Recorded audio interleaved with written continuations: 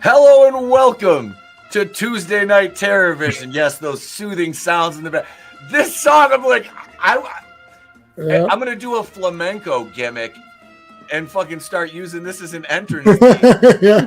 Like, this is fantastic. But we are reviewing Blood and Lace from 1964 tonight. But before we get into all that, we are joined this evening by not only our guest, but Mrs. Co-host Trina from Real Hara.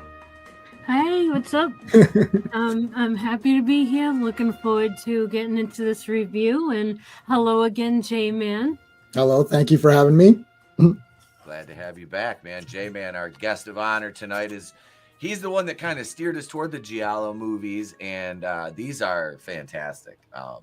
I'm just going to say, so we started with Tenebrae, and Yes. then we went to the Bird with the Crystal Plumage. Both Dario Argento movies made 10 years apart, correct? Yep, something like that. 70 and 80 around that time It frame. was like his first movie and then his like seasoned veteran kind of movie. Which were both fantastic. This is a Mario Bava movie, which I wanted to get into the Bava movies because I'm a huge Friday the 13th fan. And ooh, there it is right there. Hang on, let me blow you up there. Nice.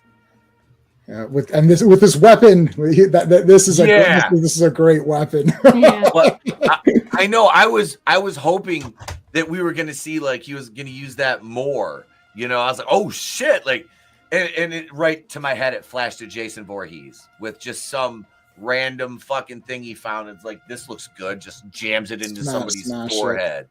Like that was, I like it. I like that aspect of it. But this was released in 1964. What up, Tree Rock? Yeah, I was just swaying. Gangsters don't dance, we boogie. I was just kind of swaying with the flamenco. No, but I was gonna do for my entrance. This is wrestling reference, but I was gonna do a little crip walk Saturday, but I didn't have time. When I do my next solo single match, I'm gonna throw a little crip walk in with my my entrance. Just throw a few little steps in to tease it for when I bust it out before I hit my fucking finisher. Yeah, I'll crip walk before I hit my finisher. Take my bandana off, swipe the shoes and everything. I'll go full on with that shit. I don't care. Yeah. It'll be freaking hilarious. But no, so Parrot Head's here. What's up, Parrot Head? Tree Rock. Good to see you guys. Good to see you. Yeah, thank you to all our channel members, all our patrons out there. If you're not on Patreon, you're missing out because $2 a month gets you one movie commentary every week. And Tony and I have been doing match breakdowns. We've done a couple of them, and we're going to add another one very soon. We just did Too Cold Scorpio versus Chris Benoit from WCW Super Brawl 3. That is one of my all-time favorites right there, that match. And we had a really good time breaking that down. So there's the Patreon right there. If you're interested, patreon.com/wrestling with horror 420, $2 a month to become a brain buster. This week's upload, if you're wondering, if you are of the inquisitive nature, is Miami Connection from 1987, which we recorded last week. The entire Hatchet saga is up there now. We have nice. Yep, Hatchet 1, 2, 3, and Victor Crowley. Yeah. There's every Andy Sedaris movie is up there. There's a lot of good stuff, so go check it out. A lot of horror. I know we did Dr. Giggles last year, Friday the 13th Part awesome. 5. Yeah. Friday the 13th Part 5, the best movie of all time. It's good. It's so good. It grew First one I ever saw. It's a fucking fun movie. I like that. But Joe Dog, what's up? Good to see you. Good to see you. All right, so let's see here. We're going to talk here about Blood and Black Lace, but to do that we got to let's see, we got to play the title card.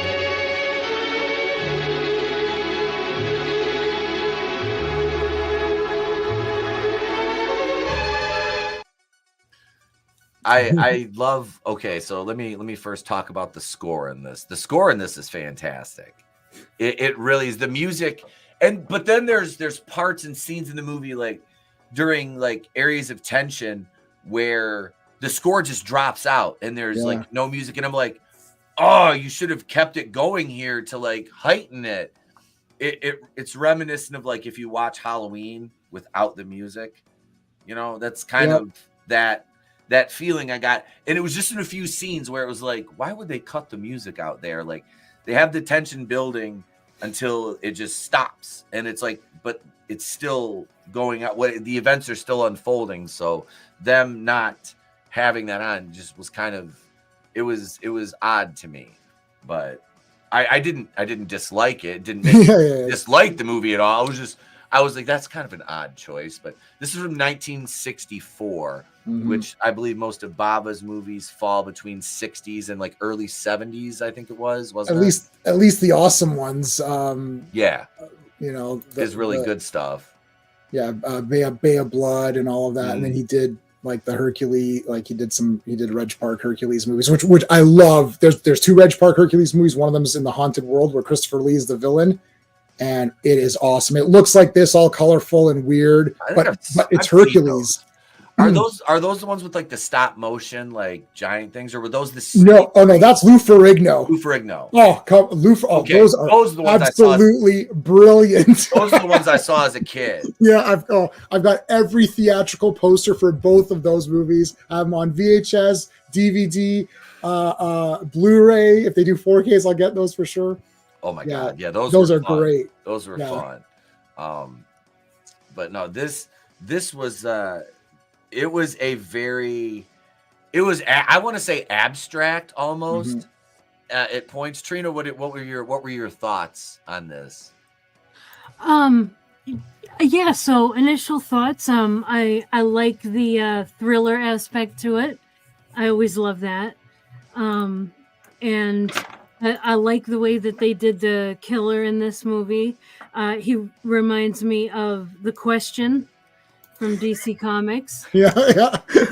And I love how it has that old the old style like a Dick Tracy type of like that kind of movie. I did enjoy it. It's like The Blank looks like almost like Madonna from the Dick Tracy movie. Yeah. Well, it doesn't have all of the. This is the second. The first Giallo movie is Mario Bava, but it's The Girl Who Knew Too Much. The Girl Who Knew Too Much. John Saxon's in it, and it's black and white. That should be available on YouTube for free to watch. I went with this one because it's in color, and I think this one has. It doesn't have everything, but it has the guy. It has the killer with the hat and the gloves. Trench coat. Trench coat. It doesn't have the out of town person who's trying to solve it. It doesn't have that. It just has the detective who's trying to solve it. Obviously 64, the gore is not going to there's not really going to be anything. It's not going to be any like Terrifier bits or I thought there's some decent, I hadn't seen it in a while when I rewatched it for this. I was like, it's actually a little bit more, I don't want to say gorier, but than I thought, like with her getting the face burnt and all that. I was like, well, that was pretty good. So there's, a couple of jumps. It's not like the full hardcore, but you can see this is the very, very, very beginnings of it. Like weird stylized colors and camera angles and I love the red mannequins. Those look cool. It's just like, are these like really there? And you got the mystery of it, and there's a little bit of a twist, and a little extra thing at the end. And I like that the killer's revealed, and there's still 25 minutes left or something. You're like, oh wait, what, the killer's revealed? It's revealed to the audience, right? You're like, hey, it's that guy. But then something happens, right? So I was surprised at that. I was surprised at how much time there was left to the movie after the exposition. I was like, man, they kind of jumped the shark there.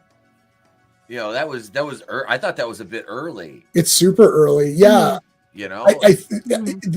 it becomes a bit of a film noir. It's weird. It's like this because now all of a sudden you've got the couple. It's like Double Indemnity or any of these. There's a bunch of these kinds, where now they're kind of against each. Well, they're with each other, but then they're kind of stuck with each other. But now they're kind of against each other, and you're like, okay, this is kind of neat, right? Like, it was a little bit of a twist. So it's not exactly, it is giallo. It's technically a giallo movie. It is the proto. This is the very beginnings of it. You can see that someone comes in and extracts certain parts and then builds upon that, right? So there'll be more deaths. I think the translation of this title, originally it's called like six, it literally says like 6 deaths or something. Like it's literally translated into something that tells you, oh, there's gonna be 6 murders, or whatever. I call them. I should have the Wikipedia up for it. But yeah, so it's something like that. It's like it's the 6 something deaths. Yeah, okay, sit on the 6 Don per Laciano. I don't know. So I'm sure I butchered the crap out of that. But yeah, so it's like it means 6 women for the murderer is what it is what it means. And that's from Wikipedia. I didn't know that on my own. But yeah, it's telling you, okay, there's gonna be 6. So you're like, wait a minute, there should be 2 more coming up, right? Where is it? Well, that's like the original. It's funny. Another parallel to Friday the 13th with the Mario Bava movie. The original Friday the 13th, they basically showed all the was it the original one or the second one? They showed all the kills basically in the fucking trailer. They're like, 1, 2, 3. You know, it's like, what the? You're giving the whole thing away. Like, yeah, they lied in that trailer. They made it 13, but there ain't no 13. There was 9.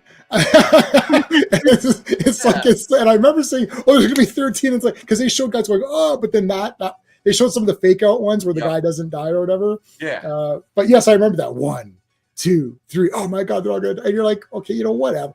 They're telling you that. Friday the 13th is a whole different thing. They're just telling you, we don't care. No. Just come watch these idiots get killed off by this psychotic. Yeah. You want gratuitous violence and some nudity? Boy, you're in for a treat. We've got exactly what you're looking for. But no, this, I saw the 6 women for the murderer thing when I found the thumbnail, when I was getting the movie poster for it. Because it says it right on the one poster. It says 6 women for the murderer on the one movie poster I saw. So we start out with our good friend Isabella. Yeah. Isabella is kind of a little trollop, to use a synonym here for another more derogatory term. But yeah, she's a trollop, and she's the first one to get offed here. She's messing around with the guy that runs the antique store.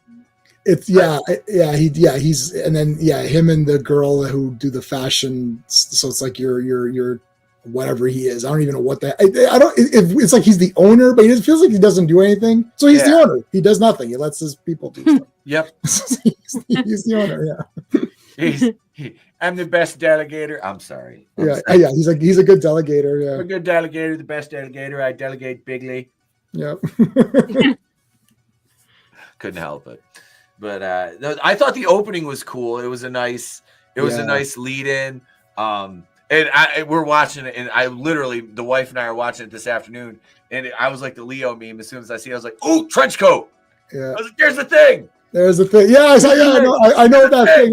There's the thing. Yeah. He's got the trench coat. They show the trench coat, the fedora, and the gloves. And you see the mask, and you're like, that's pretty fucking. That's pretty cool. I was like, "Oh shit!" Like, I was I love that. Is that Rorschach? Everyone said something. See, Trina knows the old school comics. She went. Rorschach is based on the question. Okay.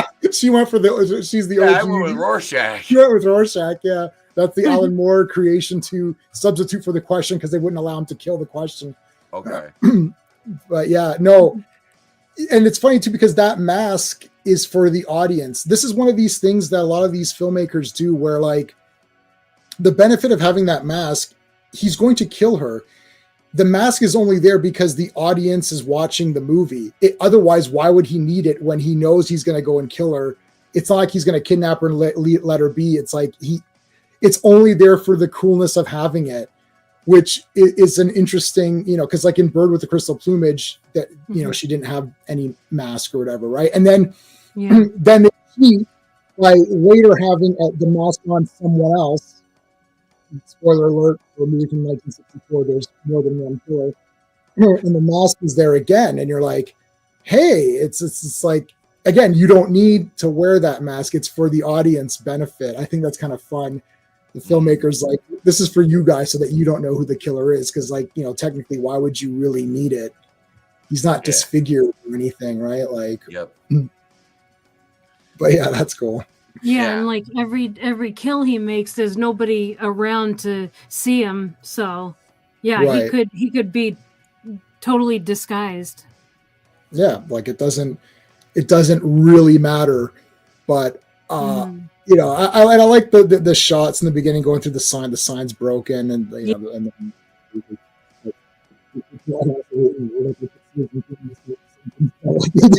they're doing the fan forward through the sign. That's kind of neat. And seeing all the ladies and everything, all the pretty ladies. We got to have the pretty ladies in these movies.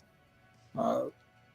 I don't think they didn't do it. Was there nudity in this? No, I guess there wouldn't have been nudity. No, there wasn't any nudity. No, there wasn't. Not a stitch.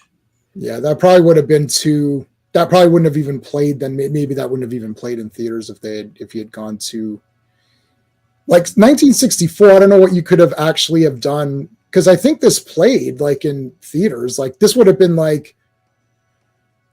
I mean, I don't want to say it's like going to be like Terrifier, but some of the stuff, it's like, you know, they're going really slow and then boom, right in the face with that claw weapon, which was pretty awesome. Was that the first death? That was the first death, right?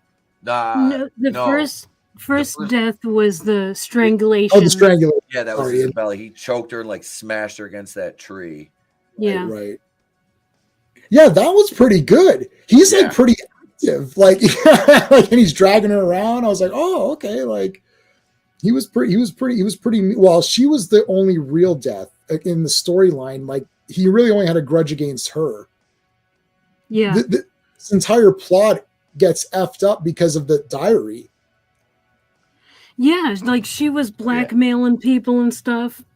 Yeah, it sounded like she was extorting money. Yeah. Yeah, blackmail, extortion, like she was a piece of shit. Like, let's be honest. Isabella was a piece of shit. She was like a drug dealer and everything. Like she had her own little business going on. Yeah, and an entrepreneur. It's weird because the victims of her villainy became victims of the guy who like really had to kill them out of convenience, because the one girl got the diary and then she hid it put it in her purse, but then someone else took it. So he killed the girl thinking, oh, you got the diary. And it's like, oh, I don't have the diary. All right, well, fuck. Now I got to go kill the person that really does have the diary. You almost like, it's weird because you're following the killer a little bit more.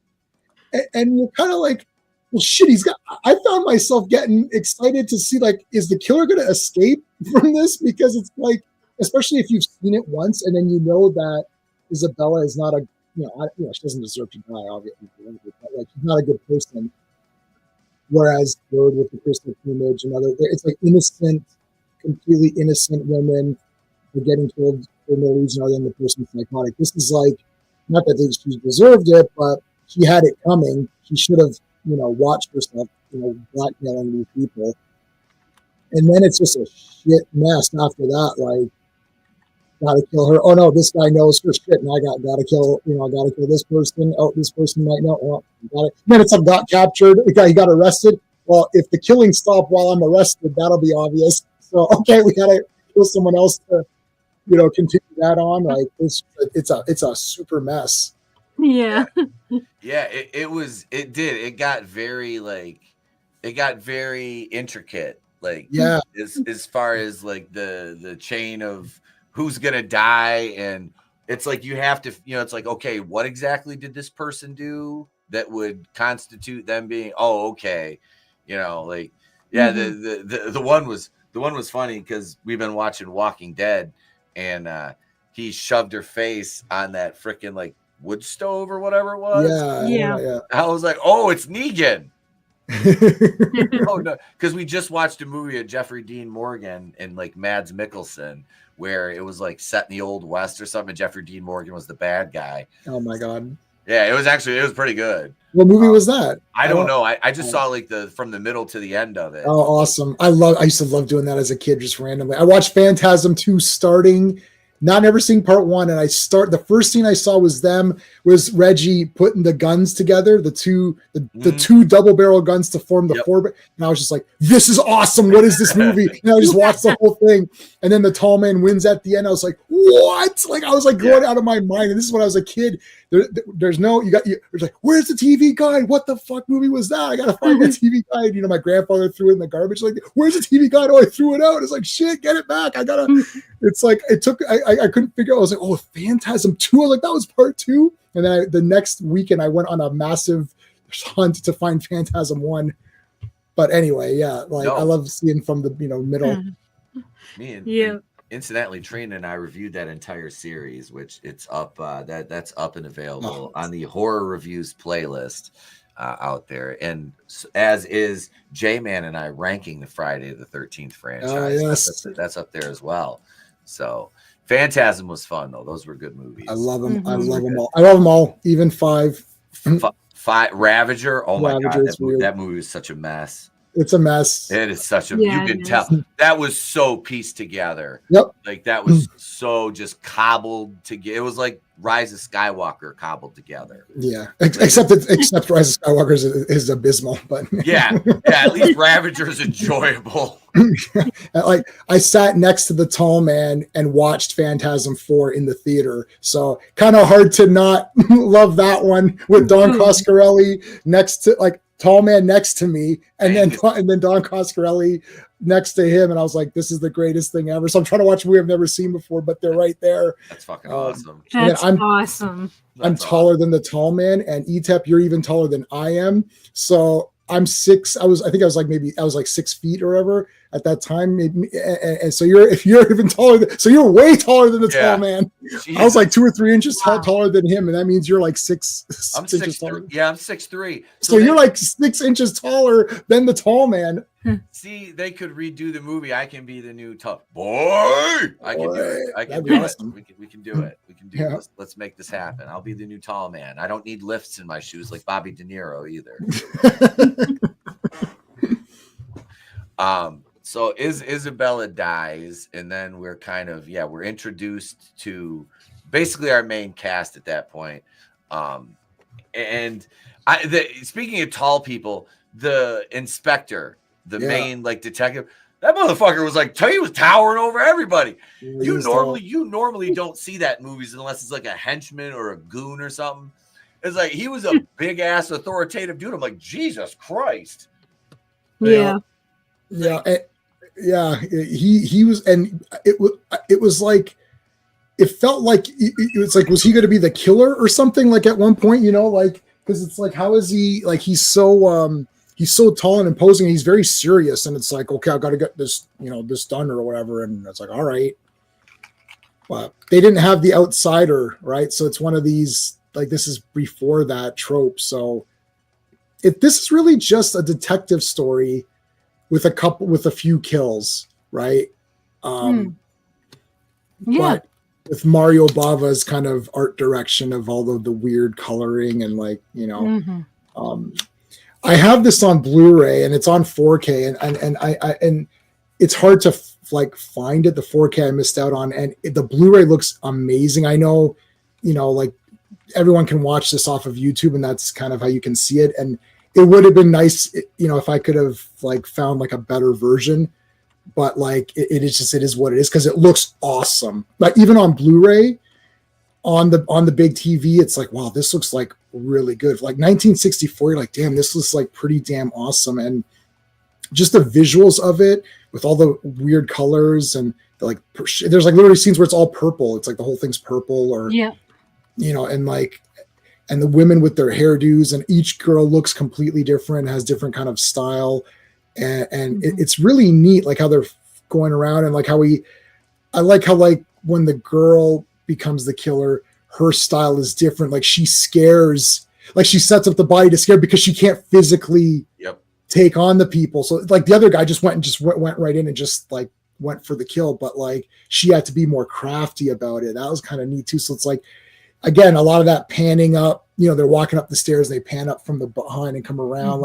You could see all of these shots by someone who's really experimenting with this kind of, feel and camera angles and all that. And you're like, it's just neat. It's just like a neat kind of movie that's weird that, you wouldn't have really seen too many of, I don't think, in the 60s. But yeah, that was kind of the cool parts about it. No, I like that. Yeah, the cinematography, like I said, that theme of like the abstract. Mm-hmm. You just perfectly like exemplified that point with what you were saying there. That's it. It's an experimental type camera angles and shots, but it worked with the movie because the entire movie's kind of like that. It's like it kept. I like it because it kept you guessing, which is a very cool thing with a movie like this, because you as the audience, like, you want to figure it out, but you don't want to figure it out too soon. Right. You want to have that aha moment during like the climax where you're like, oh, like, or maybe right before then where you're like, okay, you've kind of got an idea, and then it's verified when the movie finally reveals itself, when the evil finally reveals itself. I like that it was not a line of dialogue. It's usually in these movies it's like a line of dialogue or something. This was a visual cue of the notebook, because in that one scene the killer throws the notebook out, has a little fleur-de-lis on it, a couple of fleur-de-lis. Yes. Yeah, wasn't that neat? And he writes like, where is the diary? Or he met right, and then later it shows you that. So in the version that you guys watched, what did it say in that notebook? What language was it in? It was in English. So I'm watching it off my Blu-ray, and it was in English. Okay, so I watched it on Plex, and it was written in I think it's German. Oh, I'm right. pretty sure it's German. Yeah, so I had to translate it, but the shot, I love it because it's just kind of like they have the notebook just sitting there, and it says, well, in English it says, where is the diary? Right. And it's just like, that is the screenshot, like just like that. And I was like, that's an awesome screenshot right there. Like, I just loved the way that looked. Yeah. And again, it's one of these audience benefit, because he could have just went like, where's the diary? He could have just spoke or whatever, right? But it's neater that way. There's like the mentality, the reason why these are neat, because the mentality of filmmaking is a different thing. You're in a different country. Mm-hmm. Their mentality is like, the screen is the world. I've literally, what's the Man with No Name trilogy? Sergio Leone. So his theory was, the screen is the world. So right now I'm here, we're talking. So all of a sudden, if someone comes from here and it's like, oh, and like comes to scare me, it'd be like, oh shit, you scared me. And but you, the viewer, would be like, yeah, but how did Jay not see the guy? He's right there. Because the guy didn't exist until he entered the frame. Yes. And it's this sort of mentality of, this is the world that it exists. So it's like, it's for our benefit. Like we're absorbing this world in the way that they're presenting it to us. So it's like, the world is not ready to reveal the killer. So yes, they're going to have a mask, or they're going to, so it's kind of neat. It gives a weird feeling if you haven't seen any of these before. Like, you guys are kind of working back. Actually, we're working backwards. Right? Yeah. Because Bird with the Crystal Plumage is after this. So we're working backwards. Which is, I don't know, kind of neat. I don't know what your thoughts are on going. I feel like working backwards is cooler in this case, because I think if this was the first movie I said for you to watch, you may have been like, oh, it's just like a mystery. I don't know. Like, I'm not sure like what you would have thought if we watched this one first, if this is the first one you watched. I for me personally, I would have been like, cool, let's get into some more. Yeah.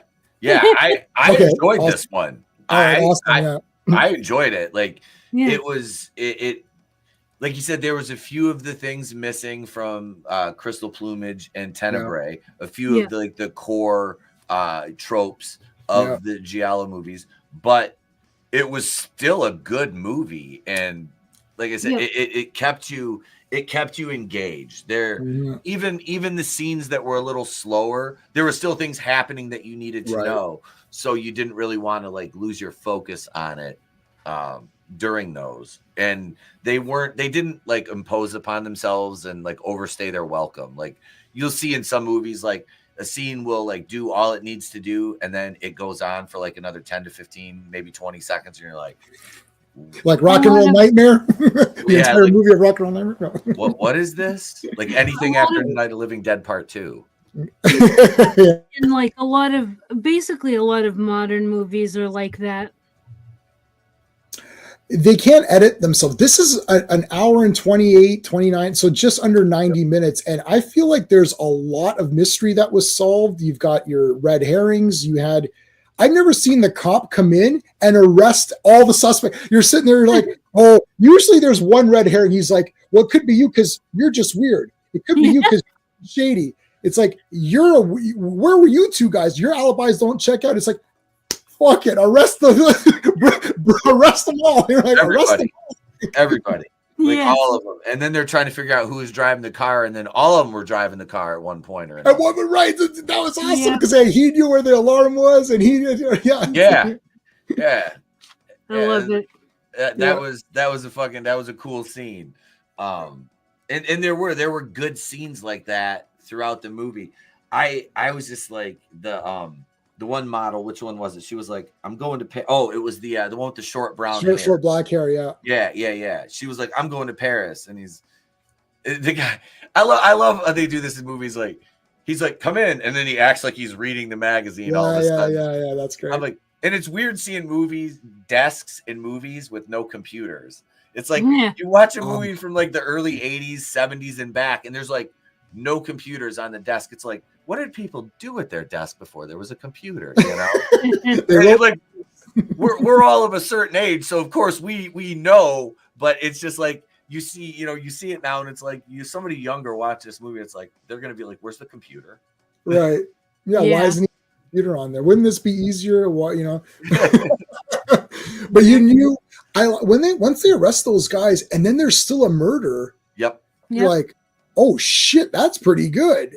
Right. So did you guys know that there was going to be, again, you've seen all of it. There's two murderers in Tenebrae. There was a woman in Bird. This one had a man and a woman. Mm-hmm. Did you guys call that or? I didn't. No. Okay. No, I didn't call it. I was I was wondering, just like was wondering if they were going to do that, but nothing in the movie was pointing me to that.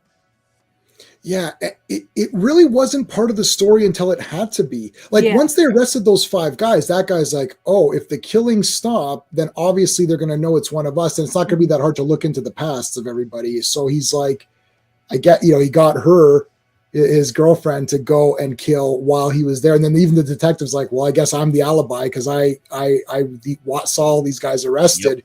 So now I'm the alibi. So the killer's still out there. And then I was thinking, because I didn't see this would have been the most recent one I had watched because I'd only got the Fulci movies and the Dario Argento movies. I have Bay of Blood. I have a few like Mario Bava movies, but I never had Blood and Black Lace. And then it came out on Blu-ray, so I got that. So it was a newer one that I'd watched because everything else I saw on DVD. So I was still stunned that I've seen I've seen like 40 of these movies, and I was still like, oh shit, there's another killing. I'm like, that's pretty cool. And then I was like, oh, it's the woman. That's awesome. And then it was the two of them together. I was like, oh, that's great. And when you watch it again and scrutinize, you can see she's different. Like she's like trying to drag the bodies and all this crap. And it's like, oh yeah, that was cool. Yeah, I liked the reveal that it was it was the two of them, and I had a feeling like when they were like in the bed and she was celebrating, and he's like, no, we can't celebrate yet, and the cops still want their murder and stuff. Right. I had a feeling if they were gonna do the thing where two can keep a secret if one of them is dead type of thing. Yep. And so I did like that. It was a good twist. It was. He actually, his plan was genius. He sends her out to kill, and then they capture her, or she dies or whatever. And then they're like, well, she was there at the scene of the crime. She's got the coat and mask and all that. So there you go. It's all wrapped up and she's dead and I'm home free. Sometimes when there's like, when the plan is intricate, and this is a weird thing with horror movies, and because we've all seen so many, you start to somewhat like, not want to say identify with the killer, but you're almost kind of like, ooh, I wonder if he's going to get away with this. This is kind of weird. Like it's like Dial M for Murder, like the Hitchcock one. It's like the plan is so intricate that you're kind of like, I almost want him to get away with this because it's just like, it's such intricate planning and you want it to succeed, but you're like, it's not going to, obviously. I know. Why is that? Why do we do that? Like, yeah, it happens when like the planning is so good and it's like, you kind of root for the bad guy. Yeah, you want him to get away with it. Why do they do that to us? I always root for the bad guy. Let's be honest. Well, no, but it's an old movie trick. They do this all the time. And the what's it called in Silence of the Lambs? Same thing. You never see Hannibal Lecter is an actual piece of garbage, shit, human being, trash character. He's a complete piece of garbage. However, in that movie, you don't see him actually do anything really bad to anybody. You don't see the bad things that he's done. So you're kind of excited for him. Like, well, this guy's pretty cool. He's like a guy, he's like interacting with her, and he's like Clarice and all that. Like, oh, this is a really cool character. Meanwhile, Buffalo Bill, you're like, well, this guy's a disgusting piece of garbage. Yeah. But actually, Hannibal's way worse than Buffalo Bill is. Yeah. Right? It's a movie trick. And you're sitting there thinking, oh man, Hannibal's going, you're buying little Funko Pops and getting t-shirts. Like, do you realize that Hannibal Lecter is the worst like villain of all time? And like you're pumped up for him. Like, what the heck? Like, we've all been mind yeah, right, yeah. But it's not even like Jason or Freddy. Like Freddy looks cool, right? Like, let's face the facts. Obviously, Michael Myers looks cool. You buy toys of him. Yeah. Freddy's a great action figure. He looks cool. He's got the claw. Funny. His one-liner. He's funny, right? And he's killing off a lot of useless. For the most part, they're useless people. They're not. They don't deserve to die. So but they're goofy. But it's like he looks cool, so he's an iconic look, or Pinhead or any of these guys. But when it's like a normal person, like Hannibal Lecter, he's just a regular guy and he's a complete piece of garbage. And actually that show, I know, Trina, you've been reviewing those. And I love that series. And Mads is fire. Like, I would say he might be the best version of this character.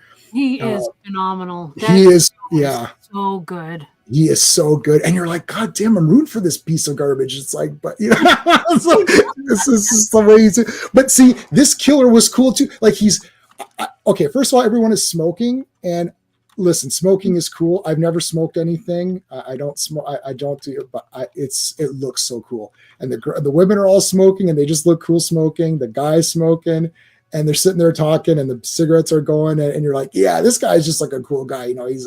He's got the woman with him. It's like, listen, go kill someone for me. Go do it. Okay. Yeah. So he's controlling everything, right? So he's not going to win in the end, but no. Yeah. It was funny too, because like when the killer grabs one of the women, it's like me and the wife are, of course, we're sitting there watching, right? And he's slapping the shit out of that one. I'm like, God damn, did she burn the pot roast? This is 1964. Yeah. Like I was like, she burned dinner. He came home from a hard day at the office. He still got his fedora and his trench coat on. Hi, honey, what? Dinner was burnt. It's like that. It just reminded me of that episode of South Park. He's like, oh, I'm slap happy, slapping you, slapping you, slapping you, slapping you. I'm like, oh my God. Because like when she gets up off the couch, he's like, whop, he punches her, and then he just commences to slap the shit out of her, and then drags her around the fucking room. He's like, did he even knock her out? I'm like, he slapped her about 6 times, but I was like, I don't know if that first shot KO'd her or not. He's not Mike Tyson. Yeah. There's actually a lot of, like, I don't know what to call it, killer action, like in the sense of like you're watching him do a lot. I feel like he's doing a lot more. Like you're like, oh, he's carrying her to another place, and it's like, oh, he hears, oh shit, the cops are coming. Okay, pick her up, pick her over. You're like, normally there's a kill, even with Jason or Michael. There's a kill, and then that's the end of it. You don't really see them walking around afterwards or continuing on doing things like you'd see the kill and that be the end of it. But in this movie, he kills the girl, goes out, gets in her car, turns the car on, drives past the guy at the gate, and you're like, oh, there's what? He's like, we wouldn't see that. It would just cut. She's dead. And you assume he got away clean. Yeah. But in this one, you see, it's like, oh, someone just fucking saw him right there. Well, he's got the mask, so I guess that helped in that sense. But like, someone just saw him, and then it's like he's carrying her around. Like you would think, oh, he just placed the body. Like something will happen later, and you'll see, oh, he placed the body there, like in Friday 13th or something. There's a dead body. Oh shit, there it is. But you saw him carrying her around, and you're like, okay, so this guy picked her up, and then the cops come. Like literally, it's like it's like Benny Hill or something. It's like he goes up the stairs, and then like here come the cops from the side. I should re-edit that scene with the Benny Hill music. It's like either that or Scooby Doo. Where are you? Scooby, They go in one door and out the other. Yeah, they come over. It's like, oh, where did he go? He's right there. He says he just went up the stairs. I would have gotten away with it too. It wasn't for you meddling kids. Yeah. Well, she calls she. I mean, like, I guess, like, she outdid him at the end there. But like, I love when he even comes back, and this is a trope too. He thinks she's dead. It's like, I'm not dead, honey. Oh, damn it, my plan didn't work.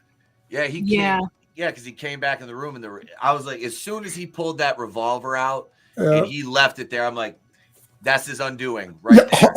That's it. Right. Yeah. This is not the first horror movie you've seen. Yeah.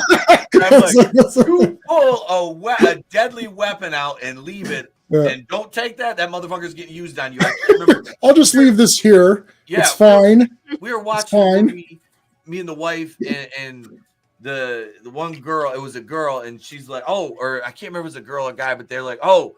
And they get out. They have a 44, like a 357 sitting in the passenger seat. And they get out, and I'm like, they're fucking dead. I'm like, they didn't take the gun. The gun's sitting right there. Right, like, I'm just get out of the car. I'm like, what are you doing? Yeah. So yeah. You need to walk around with weapons. If you're in a horror movie, you must have weapons on you at all times. It's like, you didn't know you're in a horror movie, you idiot. Why didn't you take the gun? Stay strapped or get clapped. I think like the thing is that the girls in this movie, they are, I don't want to say they're frail, but like, they're models and stuff. So it's like, they're not going to really be equipped to fight back that much. And this guy's pretty rough, right? And there's some, like, on that note, I like something that they did in this movie when all the girls are in like the modeling room, like backstage, and they're waiting for like the men to come back. And I think it was Greta or one of them said, I wish the men would come back because we're women and we're left all alone. And I just loved that. You know what I mean? Like I just loved that. Because they were allowed to be vulnerable. Yeah. Right.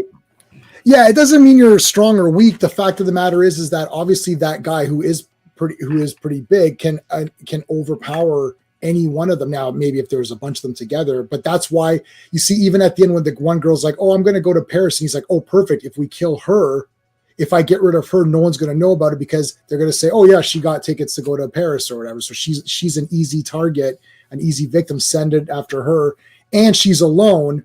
And even that other girl's like, "Oh, I want to stay with someone." It's like, nah. I you know what? It's funny. I like that where it's like, "Oh, can I come to your place?" She's like, "No, I don't want you at my place. Like, I'm good."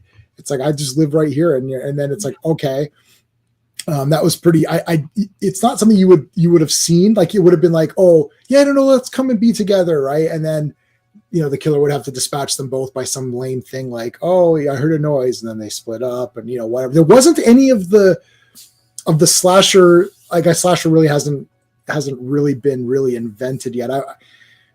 It's a toss up. Is Bay of Blood the first slasher? Is Black Christmas is up there? That's pretty early on. I don't know what the first one is. Maybe Bay of Blood is considered, which is Mario Bava, but they didn't have any of the, let's split up and be like, she comes home and it's like, he attacks her. It's like that other girl, he attacks Isabella right there in the forest. He goes to their house and gets in and just kills them right there. There isn't a lot. There's a little bit of stalking. The one girl gets stalked a little bit where she's walking around, and there is a little bit of stalking, but not a lot. Yeah, that was a funny scene with Isabel in the very beginning of the movie because she gets out of a taxi and then has to walk like another 10 miles. I'm like, what are you doing? Yeah. Why the fuck didn't the taxi take her to the motherfucking house then? The Uber driver. she's got to walk over a hill and through Dale to fucking get. There's an old fucking Jesus. Leave a bad review. Yeah, one out of 5. Guy didn't drop me off at the friggin'. That's a bad Yelp review right there. One day I'm going to write about this on Yelp. You're not going to live to write about this on Yelp. Yeah, that guy was not too worried about that negative review. He's like, you're not going to make it, lady. So it's get fine. out of the car. What are you doing? What's the matter with you? Get out, yeah. What's the matter with you? But I 6 deaths that were pretty much on screen and pretty decent. 1964, good camera shots, pretty solid story. Good mystery, a couple of red herrings. I mean, a little bit of a twist without being a crazy out of the blue twist, like a Shyamalan twist or whatever. Whoa, right? Like that's unforeseeable. And the twist came out of a necessity, not out of a plot contrivance. It's like he's captured. The killings have to go on to make it look to clear him, so that murder's an alibi, saying, "Well, someone was murdered, and I've been sitting in this prison, so obviously it's not me." So it's like. And the fact that the first murder was something that, if it was played differently and he's like, oh, Isabel was this evil woman.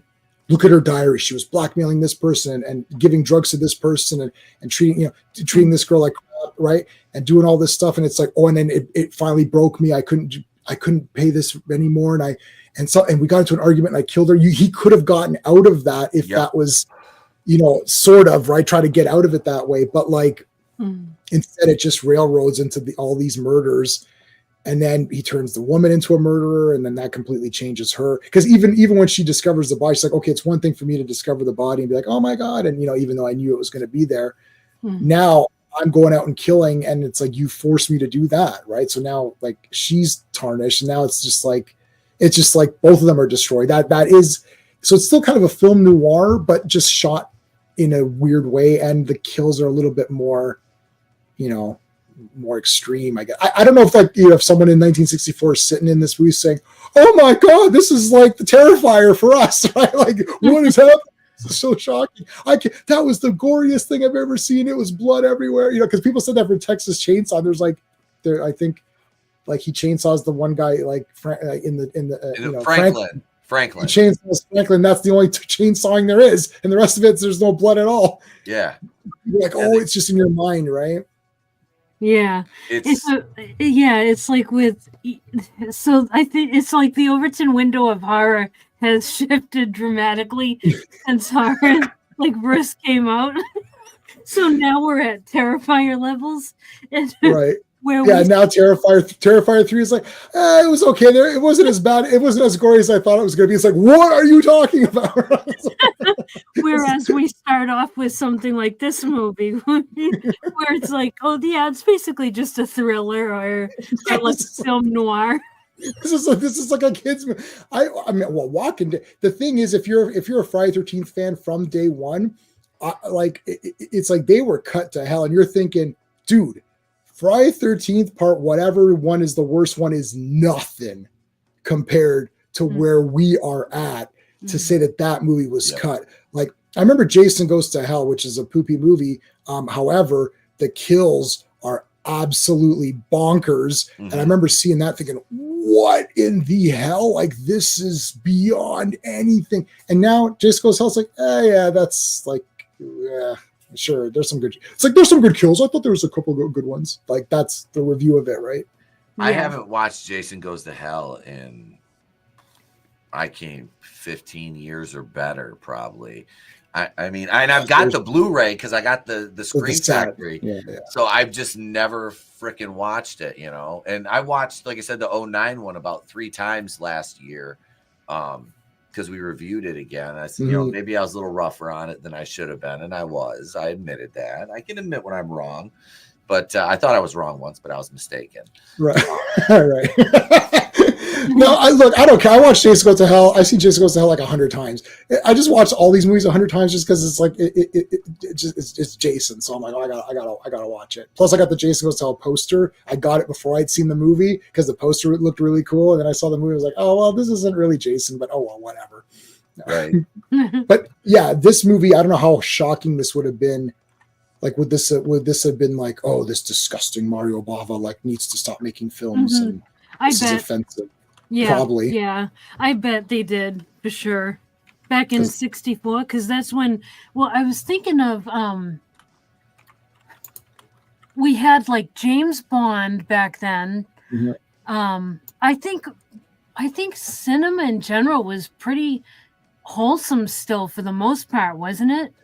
Yeah, I'm trying to look at like, I mean, because even if you go horror back then, like horror was mostly fantasy. Like fantasy horror almost was like one thing. Like a lot of these horror movies, like the Universal monsters and stuff, it's almost more like a fantasy element to it, right? It's that they're like they're scary monsters in the way like a troll would be scary or whatever. Like all of these characters are just fantasy characters, but made human, and then the slasher characters are the Universal monster characters, right? So it's like Jason is really Frankenstein, Freddy is Dracula or whatever. So it's like they just took those characters and then just made them more. I don't know what's happening now. I feel like I kind of lost touch with exactly what's going on. Like I can't trace the roots of like Art the Clown. It just feels like, oh, he's just like a crazy guy. But going way back, like I remember my friend's dad.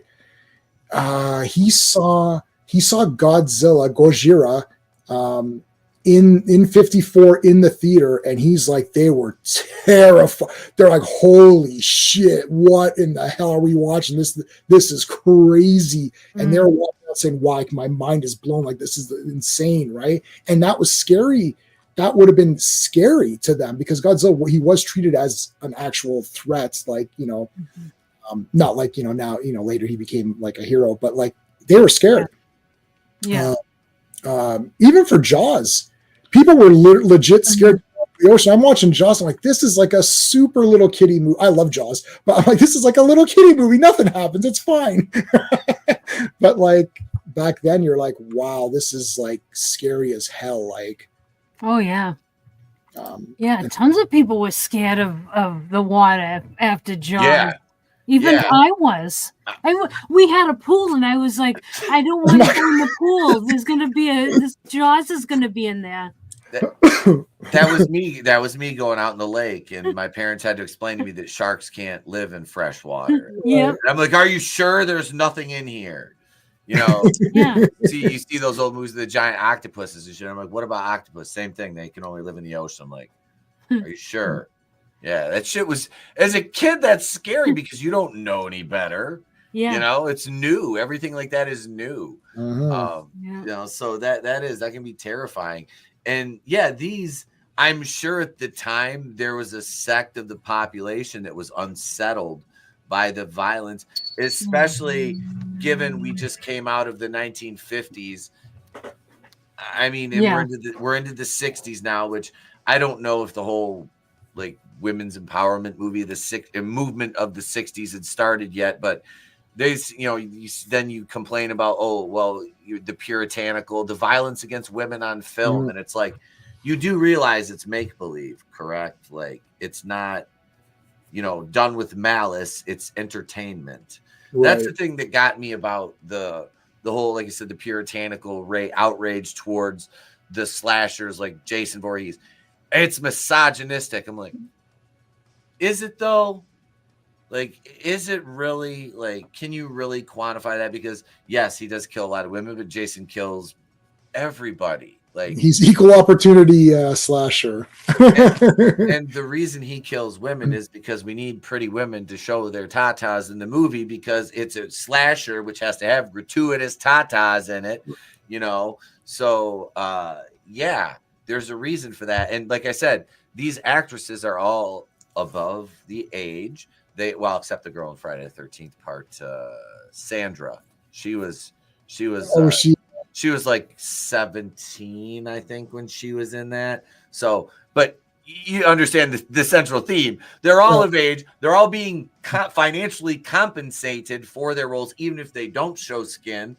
They're still being compensated to play a part in a movie where they are not really being hurt. They're not being exploited. It's not a Russ Minor movie. So, right. I mean, there's a reference. But no, I mean, that whole, like, I like Siskel and Ebert were two of the biggest spearheading that movement, the anti slash. They hated Final Chapter. Their review is hilarious. I've watched the review about 7 or 8 times. I love it. It's so funny. It's a reprehensible piece of garbage, and it's the highest grossing movie.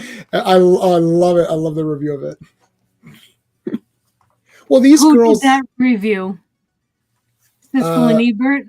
Ebert did. Ebert was primarily the one who. Usually, there's one guy that introduces it, and then the next guy gives his comments afterwards. Because they hated horror so much. Yep.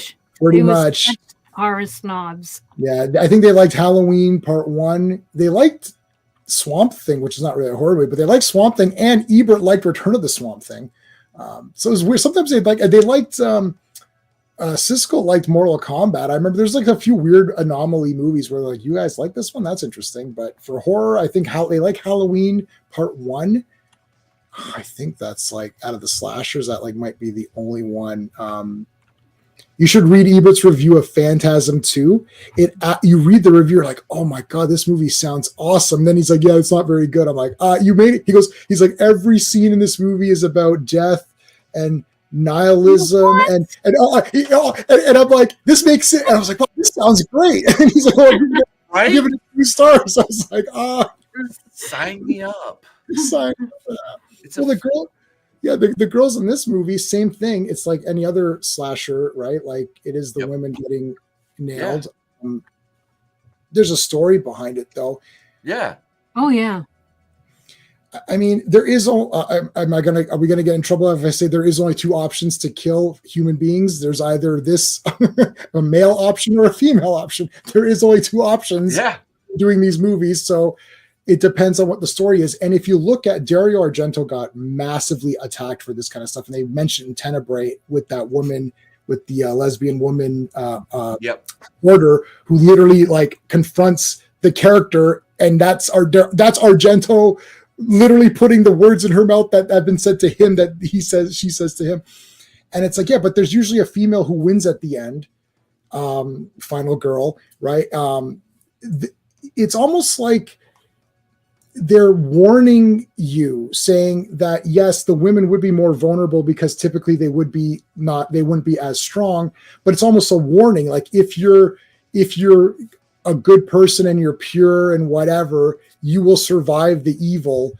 So it's more of a positive message or whatever. And for the guys getting killed, the guys usually just get killed because they're all assholes. Yeah. And it's actually making the men look stupid. They're either completely stupid or idiotic, or they're just jerks. Yep. So their depiction the depiction of the men in the movies is worse than the women usually, because the men are usually the aggressors or they're idiots or jerks, and then they get killed. Yeah. So they're getting killed too. And the only one that wins is the purest person in the movie, which is usually a female, a final girl.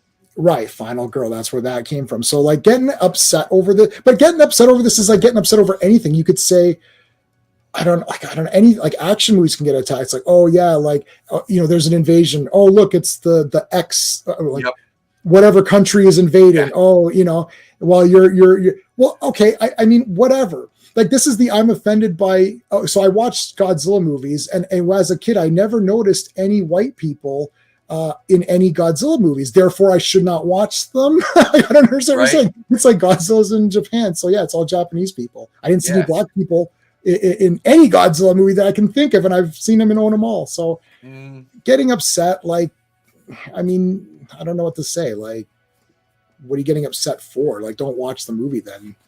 That's the beautiful thing. And we're 3 people with firing synapses. So it's like, if I don't like something, unless I'm reviewing it, I'm not going to watch it. I'm just going to act like it doesn't exist. Like I'm done complaining about, oh man, they race swap this. I don't care. I know. I feel like, what is that? John Coffey in the Green Mile. I'm tired, boss. I'm tired, boss. Yeah. I can do the voice because my voice isn't back to normal yet, so I can do the Michael Clark Duncan voice. Oh, that's yeah. I mean, getting upset over things. It's like, I mean, I'm only upset if I'm upset. Like I'm not. Yeah. Like, and then where does your okay? So if you go back just to, I know it's a hot topic now, the Snow White thing, just as a random everyone's upset over the Snow White thing. It's like, why are you upset over Disney? Because Walt Disney named the dwarves. He changed that entire story. It has nothing to do with the Brothers Grimm original book. So go back to 1950 and you'll be like, hashtag not the Brothers Grimm Snow White. This is a shit, Technically, it's not.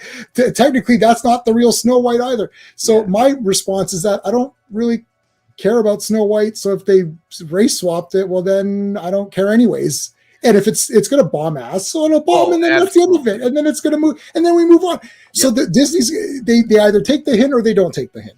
Yep. I don't care. I care if it's something I care about. That's it. So if James Bond is a woman, I'm a James Bond person. I've read 11 of the 13 Ian Fleming novels. I own them all.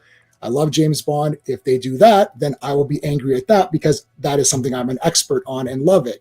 If they change something I'm not an expert on, then I don't know and I don't care anyways. All right. Yeah. That's my take on that. And you're right, because you're not going to be outraged just for the sake of being outraged. Right. Like what is there to glean from that? Right. I just took my blood pressure pill while we were talking, so I don't need an extra one. Yeah, no.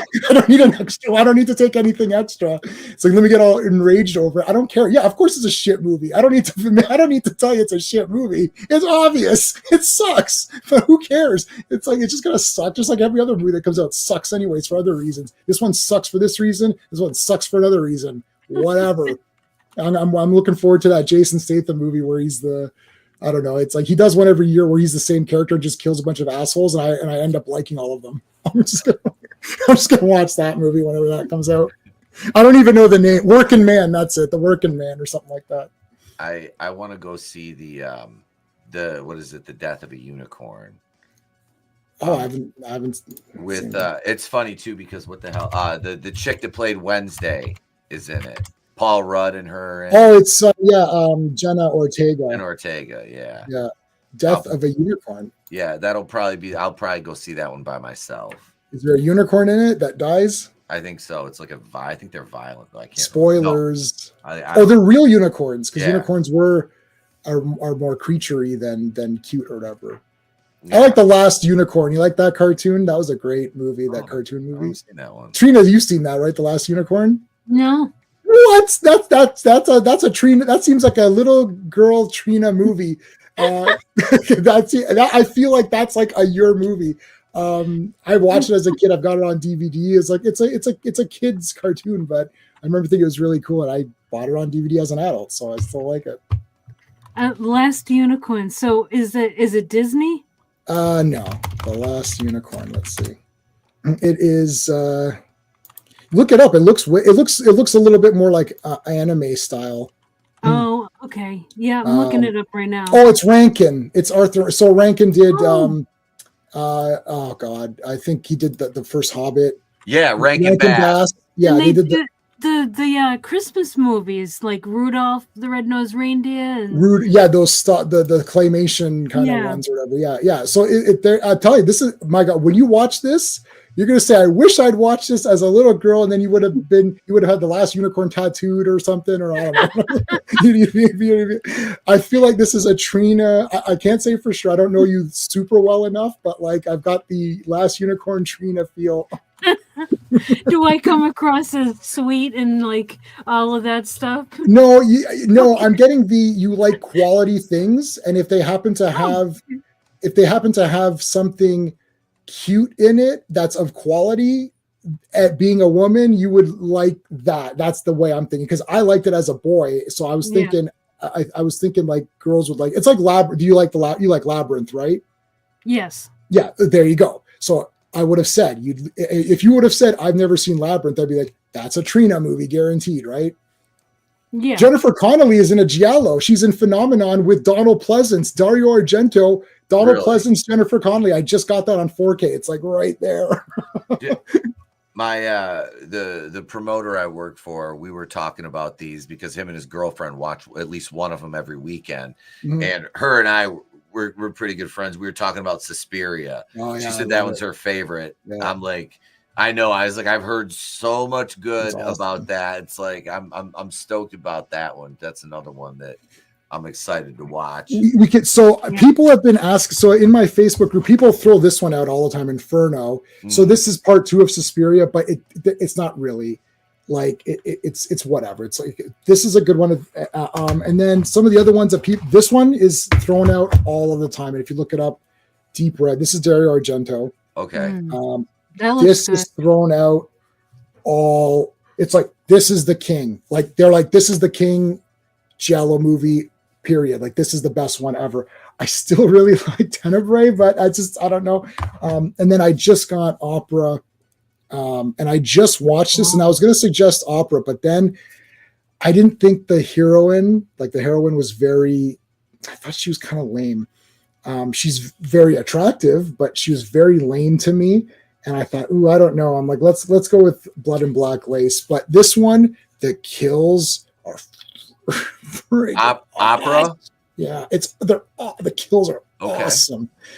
But the director's cut is way too long. I'm like watching because I never saw the director's cut, so I bought this 4K. And I thought, and this is one of these where you open up and there's like 7 discs, and I'm like, I don't. So do you feel sometimes that like okay, I just which one's the movie? Like I just want the movie. Like I don't like right.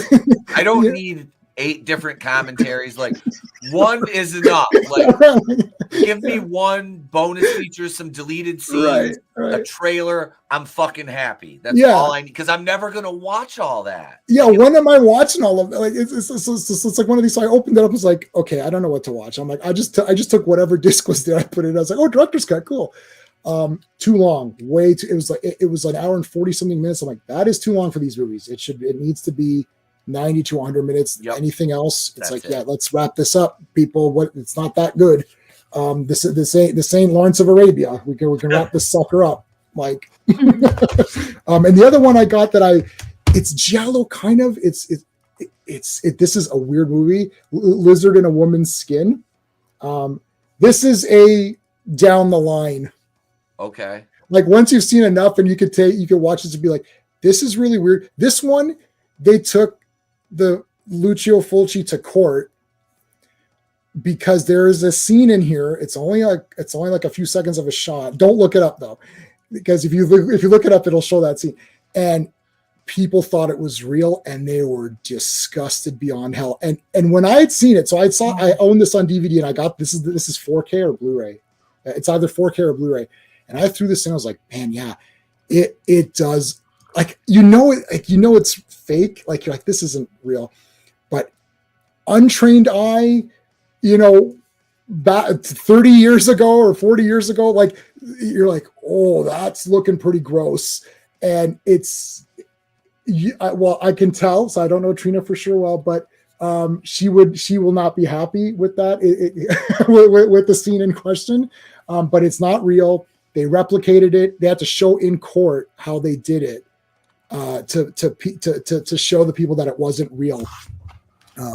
So anyways, but hey, Keely Chow. What up, Keely? Hi, Keely. Hey, Alan from Grave Reviews. Alan. Hey. Alan. We gotta get Alan. We gotta get Alan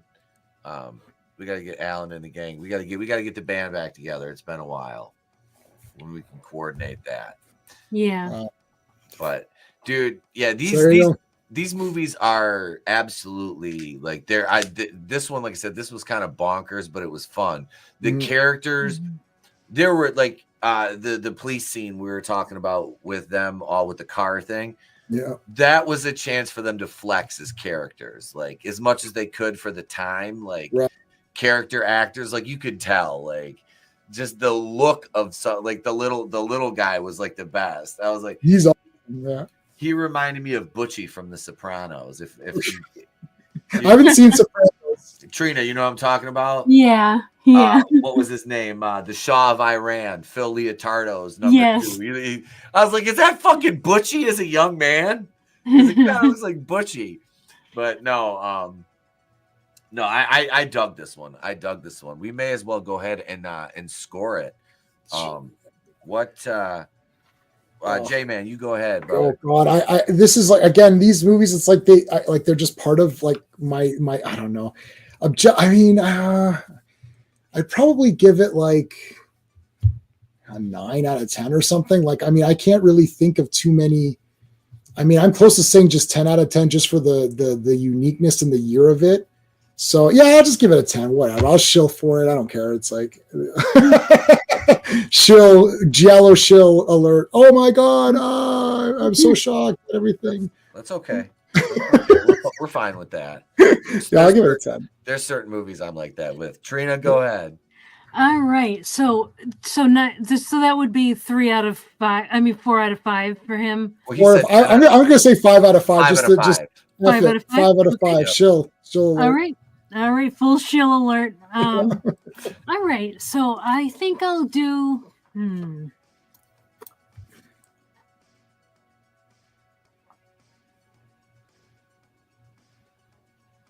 This one's tough. I'm gonna.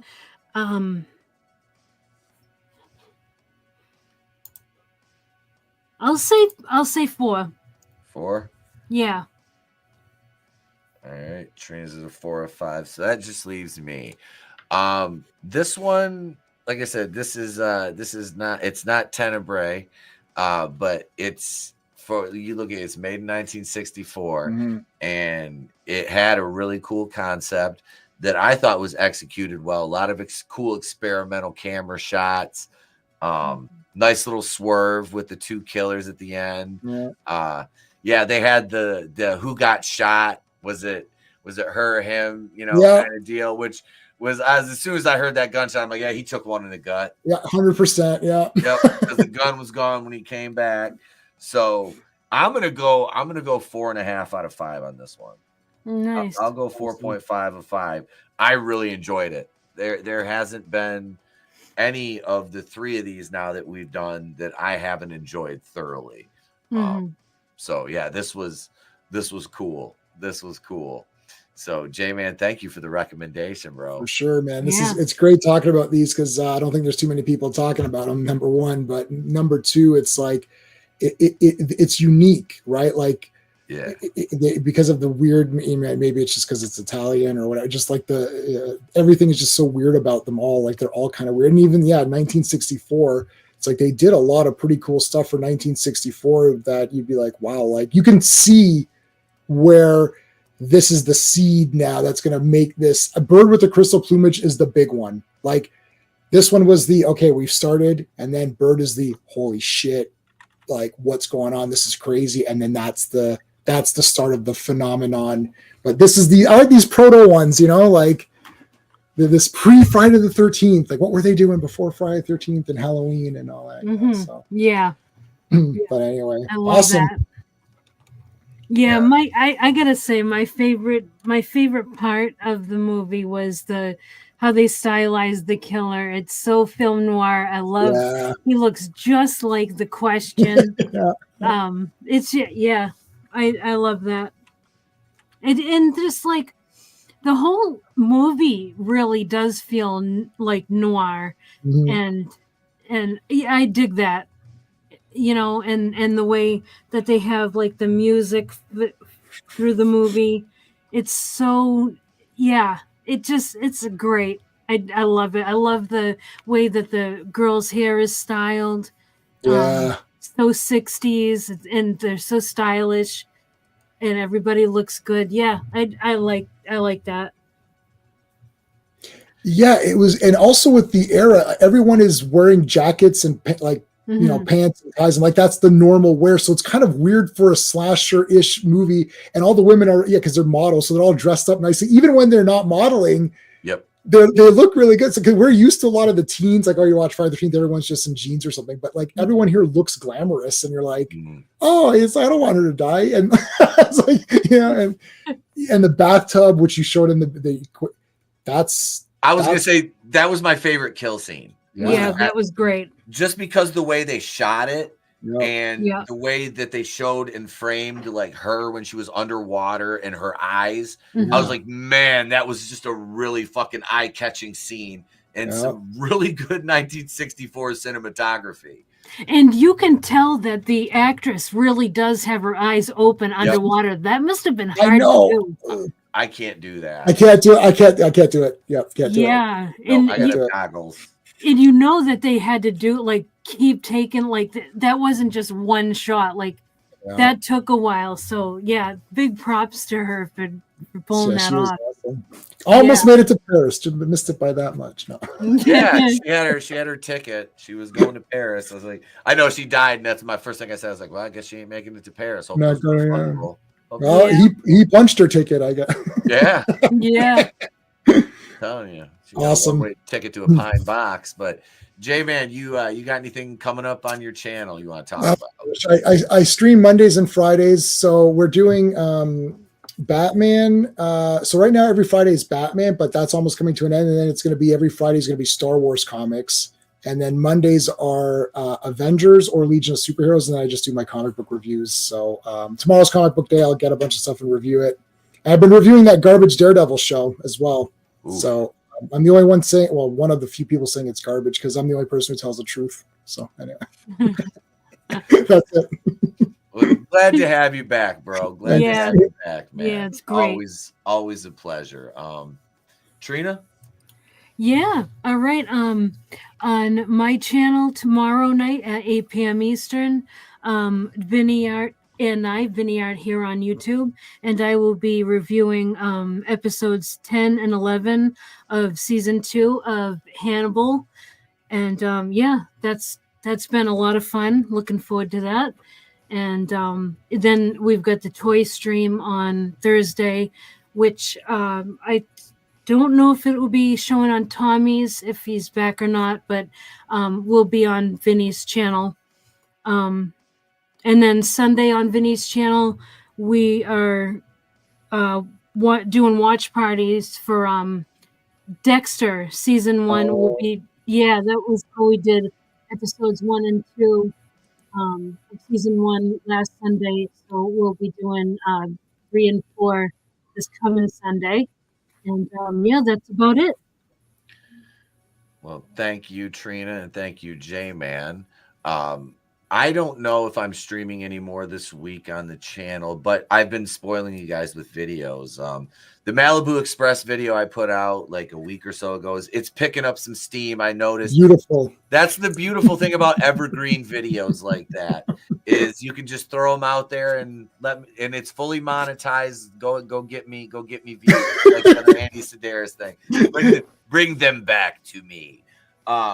But no, we might do something tomorrow night. But Patreon backers, you guys get Miami Connection tomorrow night. I have to go do the thing tomorrow night that I like to do. That's from this past Saturday night.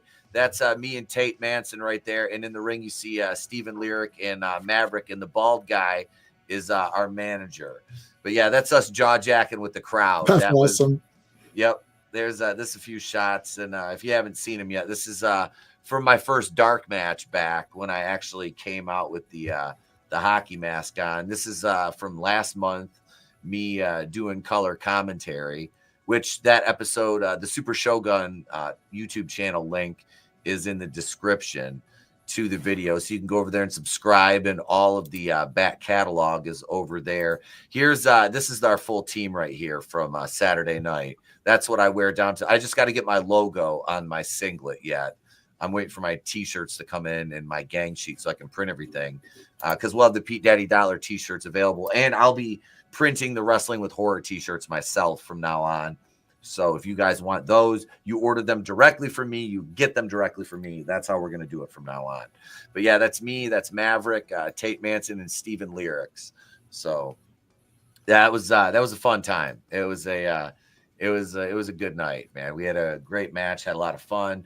But yeah, there's videos coming out. I'll have another wrestling video out probably tomorrow. I'll be breaking down something from Monday Night Raw, and I might go back and watch NXT tonight so I can watch Julia and Stephanie Vaquer because that is going to be an absolute fucking banger that Dave Meltzer can't even ignore because he's an idiot. But yeah, anyway, folks, that's the show. Next week, I think we're going to I've been talking to our good friend Tyler Wooten, and Trina, you remember Tyler? We might get Tyler and Jason back. Yeah. So, cool. Yep. And I've been trying to reach out to Brandon from Smith's Grove Sanitarium. I haven't heard from him in ages. His YouTube channel's kind of been not active, so I'm trying to reach out to him and Alan and Chris from Grave Reviews are going to bring them back on. Tony's going to come back when we do Nosferatu. We'll be doing another Giallo movie with J-Man very soon. So a lot coming up on the horror front here, folks. Thank you, Keely Chow, Bone, Frankie Knows, Grave Reviews, Tree Rock, Joe Dog, Parrot Head. Thank you all for being here, hanging out with us, and those of you watching on the playback. Hope you enjoyed. I am Pete Daddy Dollar from Wrestling with Horror. If we don't see you, have a great day, a pleasant tomorrow. We'll catch you on the next one. And remember, it's always better to burn out than fade away.